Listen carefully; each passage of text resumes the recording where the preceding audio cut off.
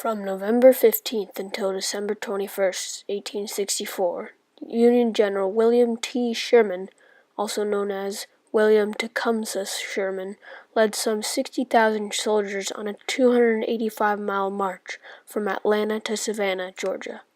The purpose of this march to the sea was to frighten Georgia's civilian population into abandoning the Confederate cause.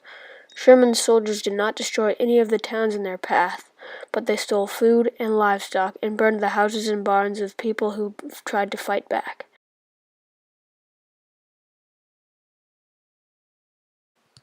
People and civilians on both sides of the war were getting tired of fighting, and they were ready for the end of the war. William Tecumseh Sherman, a Union general, was about to make a move that would end all of the fighting.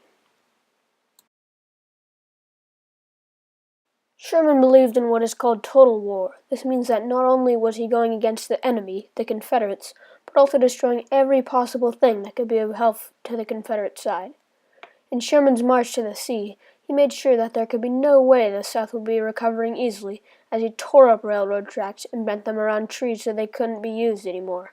They lived off of the land, and with all the livestock they couldn't eat, they just killed. Sherman's men were having a good time, but the land they were going through and the people of the countryside they burned down were not. Behind us lay Atlanta, smoldering in ruins, the black smoke rising high in air and hanging a pall over the ruined city. Away off in the distance, on McDonald Row, was the rear of Howard's column, the gun barrels glistening in the sun, the white-topped wagons stretching away to the south, and right before us the 14th Corps, marching steadily and rapidly with a cheery look and swinging pace, and never before or since have I heard the chorus of Glory, Glory, Hallelujah, done with more spirit or in better harmony of time and place. William T. Sherman. Confederate efforts to halt and slow down the march were failing. Everything that Jefferson Davis, the Confederate States of America elected president throughout the Army, failed. The Confederates didn't realize how strong the force marching was, so it was no surprise that they couldn't stop it. When Sherman made it to Savannah, there was hardly a fight put up by the Confederate forces.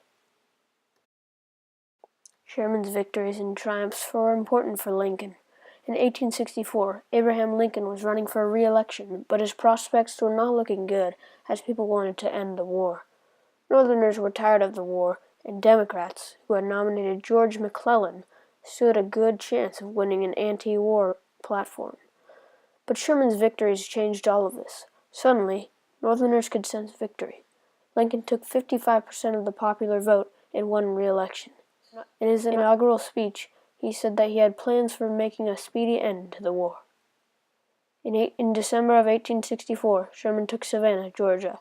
He sent a telegram to Lincoln, saying, I beg to present to you, as a Christmas gift, the city of Savannah, with 150 heavy guns and about 25,000 barrels of cotton. Sherman's march to the sea was a success, and the effort made to get there was well worth it. The men joyfully celebrated their victory, as they had marched 250 miles to get to the water. The Confederate war effort was well weakened, and the march to the sea brought the end of the war even nearer.